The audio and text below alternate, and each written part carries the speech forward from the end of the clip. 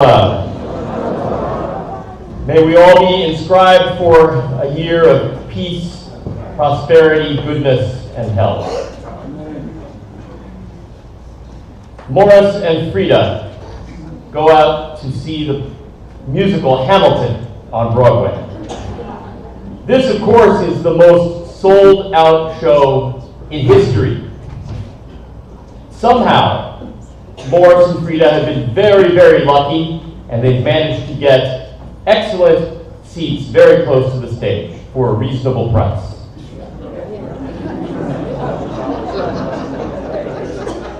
Science fiction, you know? They know that Hamilton has been sold out for months on end, but strangely enough, they notice that there's an empty seat in the row behind them. A seat that was easily worth $1,000 at the going rate. When intermission comes and still no one has taken this very valuable seat, Frida turns to the woman sitting next to the empty seat and asks, "Pardon me, but Hamilton has been completely sold out since the beginning. So we were wondering why that seat next to you is empty. Did your date stand you up or get sick?" The woman says, "No, that's my late husband's seat." Frida is horrified with herself and embarrassed, and apologizes for being so insensitive and cruel. The widow quietly accepts her apology. But a few minutes later, Frida, still puzzled about this empty seat, turns around again to talk to the widow. She says, "Ma'am, I don't mean to be any crueler than I've already been with you, but Hamilton is the hardest show to get tickets for. It's such a shame to see a prime seat go to waste like this. Didn't you have a friend or a relative who would have wanted to come and see the show?" The widow says, "All my friends and relatives are at the shiva."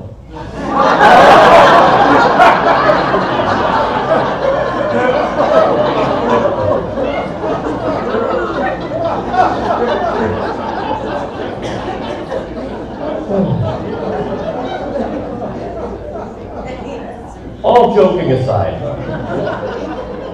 cruelty is an unfortunate reality in our world. It is a trait that is unique to human beings. Animals cannot be cruel. Even the most ferocious tiger is not being cruel when it tears into its prey. It's simply doing what tigers do. The Talmud tells us that we humans are half angel and half beast. It is that combination that gives us both the capability of holiness and the possibility of being cruel, even unspeakably so. Only we can be consciously and deviously cruel.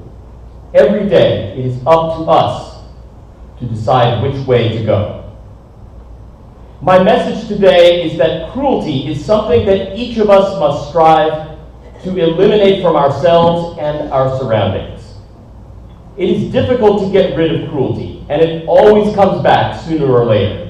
Cruelty is a spiritual fungus, a black mold that grows on our souls and our society. First, I'll start with describing what I mean by cruelty. Then I will explain why we need to think about this on Rosh Hashanah. Then I'll take you to the Museum of Cruelty and show you several types. Finally, I'll suggest the best way to eliminate cruelty from the entire world. What is cruelty? I am obviously not talking about the kind of cruelty that Elvis Presley sang about. Don't be cruel. Well, thank you very much. Rather, I'm talking about my dictionary's definition of cruelty. Behavior that causes pain or suffering to a person or animal. Now why, you might ask, should we talk about cruelty on Rosh Hashanah? The reason is that today's Torah reading is all about God's condemnation of cruelty. God tells Abraham to sacrifice his son, and Abraham blindly agrees, apparently not caring how cruel it would be to carry out this order. In yesterday's reading, the Torah tells us that Abraham at least felt bad about expelling Ishmael into the desert. But he expresses no such reservations or regrets regarding the slaughter of Isaac. Abraham is on board. He's slashing nets and cashing checks. If it weren't for the fact that God's angel stopped him at the very last second, Abraham would have gone through with the sacrifice, thus ending the Jewish experiment immediately after launch.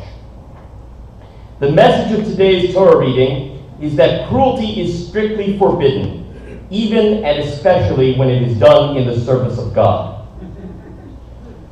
Another reason to talk about cruelty on Rosh Hashanah is that, well, we're Jews, and our entire history is a story of a people's struggle against cruelty. It's not they tried to kill us, we won, let's eat. It's the story of a struggle against cruelty, from the first day of Egyptian enslavement to the latest rocket attack from Gaza. Cruelty is a major topic in the Tanakh, the Jewish Bible. That shouldn't be a surprise. Cruelty is always on the mind of people who have been oppressed. And we have been oppressed, then as today, today as then. Now let's take a guided tour of the Museum of Cruelty. This museum is a vast place with many things to see. The history of human cruelty literally begins in the Stone Age, when our cave-dwelling ancestors slaughtered each other and left mass graves for modern archaeologists to find.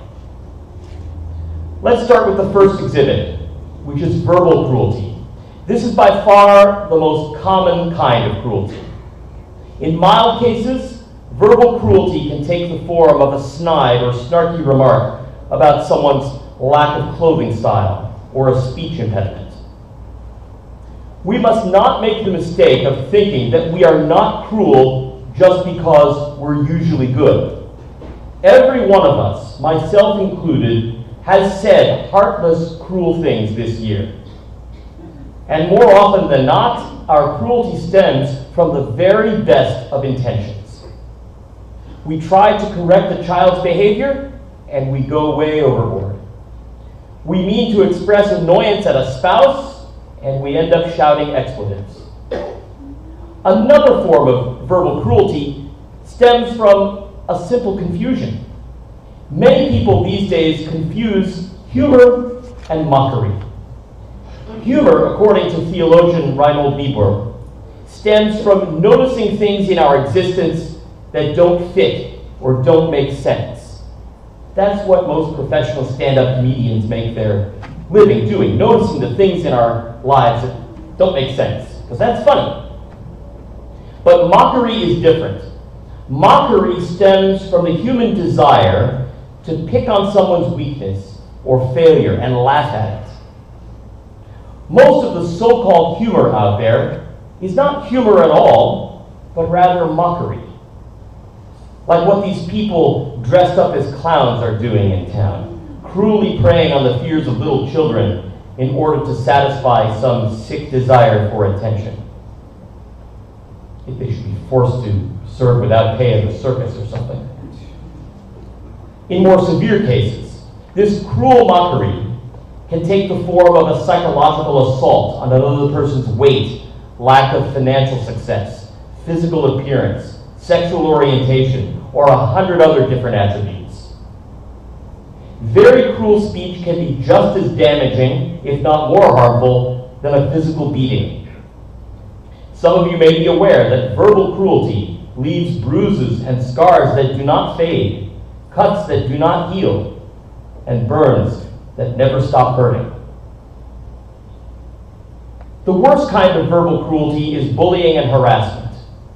We're all cruel on occasion, but for a bully, it's a constant state of being. Now, you may have heard over the course of your lives that bullies and serial harassers are really people who have low self-esteem. Anybody ever hear that? That's certainly what I was told. I was told to have pity on bullies and consider how miserable they must be to act in such a way.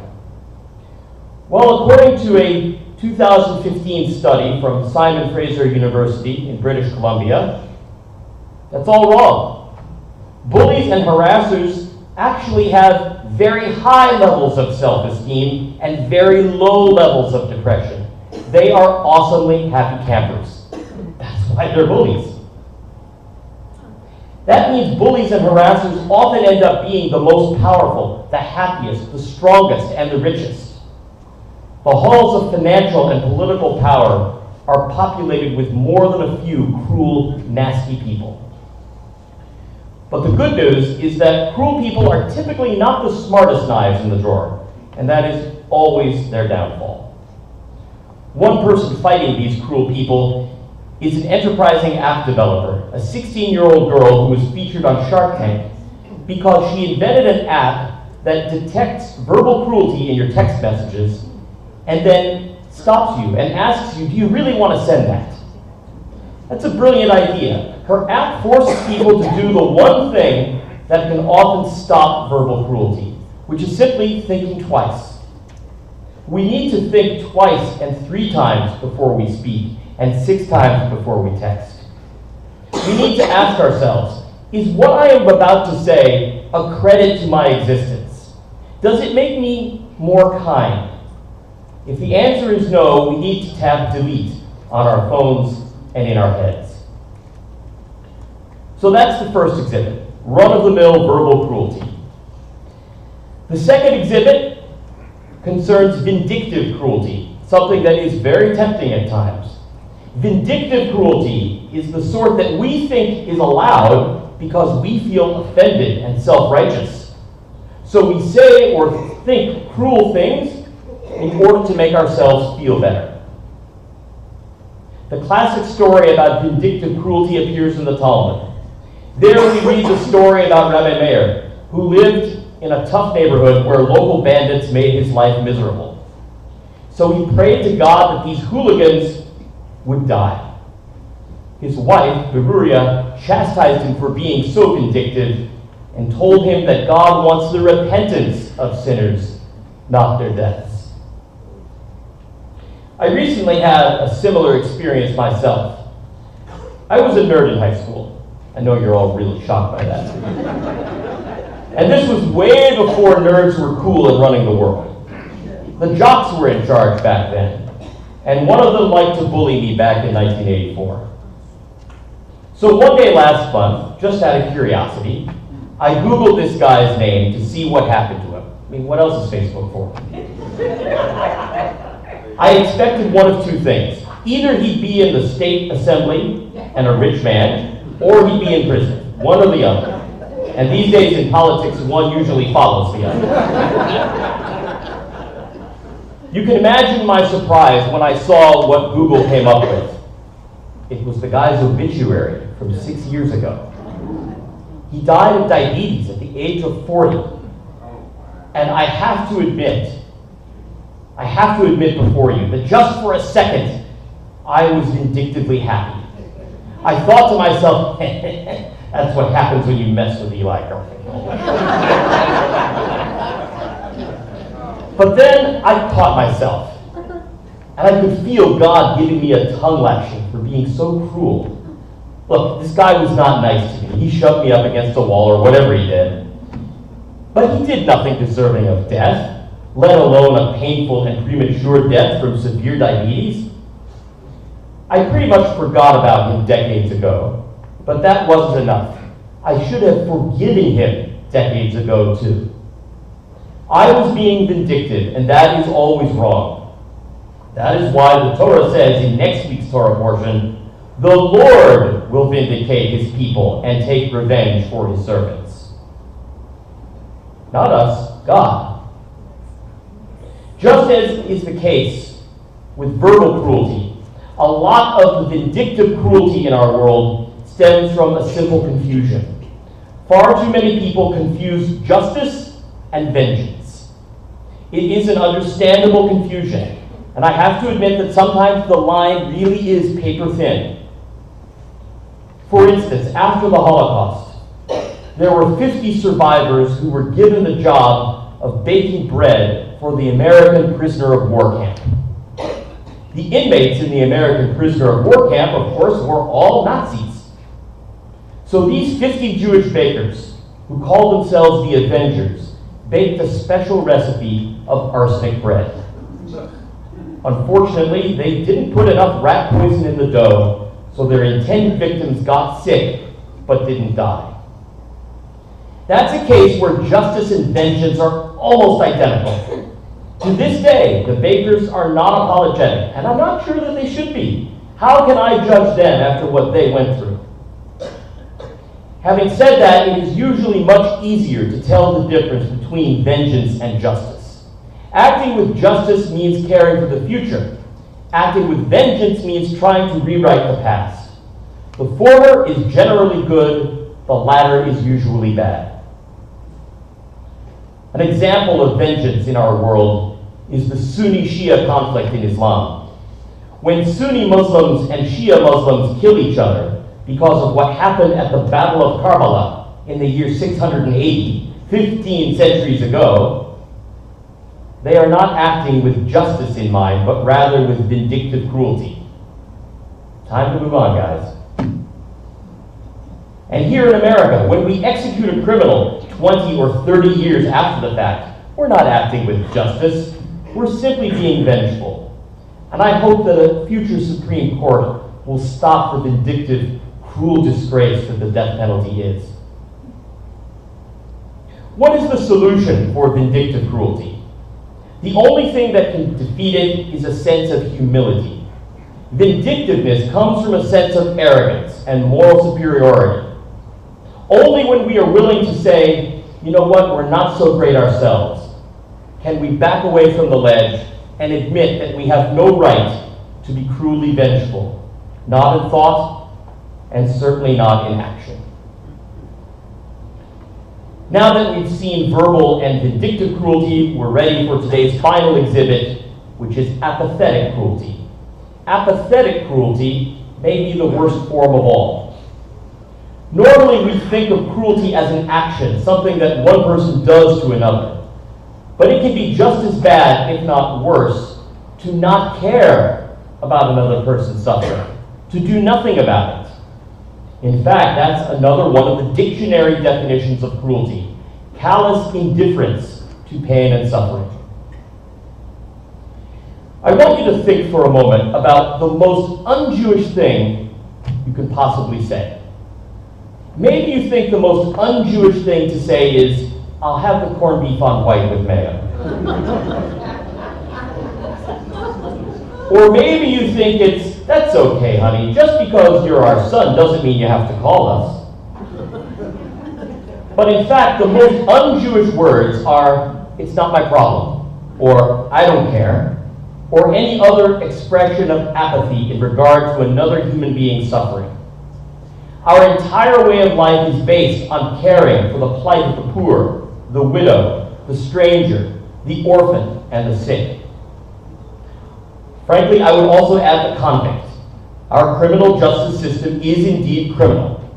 We have an overloaded system that forces those who can't afford pricey lawyers to plead guilty in order to avoid long sentences, often for nonviolent crimes. We tend not to care because, after all, they're just convicts. And when our cruel system finally releases these people into society, we prevent even nonviolent convicts from getting jobs by marking them as felons, thus making them pariahs in a society who often return to prison. And we don't care because, again, business is business and they're just convicts. Just as with vindictive cruelty, apathetic cruelty has an international dimension. Did you know that right now, Syrian forces are dropping chlorine gas on entire civilian populations in the hopes of killing some terrorists? And did you know that America has the power to destroy the chlorine facilities, but refuses to do so for reasons that are frankly unclear? I'm not sure why we don't seem to care about Syria's chemical weapons. There is no question that Syria is using them. There is no question that they are making more. They even admit to doing so. But our apathy is stronger than our revulsion. It's just easier for us to say, it's not our problem. It's just easier for us to say America shouldn't be the world's policeman. This should bother us as Jews because the same thing happened in the Holocaust. The same thing happened in Rwanda too. American bombers back in the war attacked many of the areas around Auschwitz and other death camps, but they never bothered to attack or bomb the crematoria or the train tracks themselves. And everyone in Germany and Eastern Europe knew full well what was happening. They did nothing. They didn't need social media to know that millions were dying on their watch, but it was just easier to say nothing. Now we turn to the solution. What can we do as individuals about the cruelty that stalks our world? Well, of course, you can vote in the way that you think will best hold cruelty at bay. But the best way to stop cruelty in the world is to stop it in your own heart. We learned this lesson from Simcha Bunim, one of the great Hasidic masters. He said, "When I was young, I thought I could change the world. As I got older, I saw that I could not change the world, but at least I could change my city. As time went on, I saw that even that was beyond my grasp, but I said, I'll at least change my neighborhood. When I saw that was not working, I said, I'll at least try to change my family. When I saw that that failed, he said, I'll have to try to only change myself." Simcha Bunim concluded by saying, "But once I succeeded in changing myself, I saw that my family was different, my neighborhood was different, my city was different, and in a sense, the entire world was different." We can't stop the Sunnis and Shia from fighting. We can't change our criminal justice system, not quickly anyway. Nor do we have any real say about where the United States drops its bombs. So the only way for us to lessen the cruelty in this world is to lessen it within ourselves. May the loud blast of the shofar awaken within us the small, still voice, the voice of God that tells us to stop cruelty in all of its forms, every day, every minute, in every case. Shana Tova. We continue with the Musaf service for Rosh Hashanah. Again, this is the long one. Please take your time. We rise. It is preceded by the Chatzi Kaddish.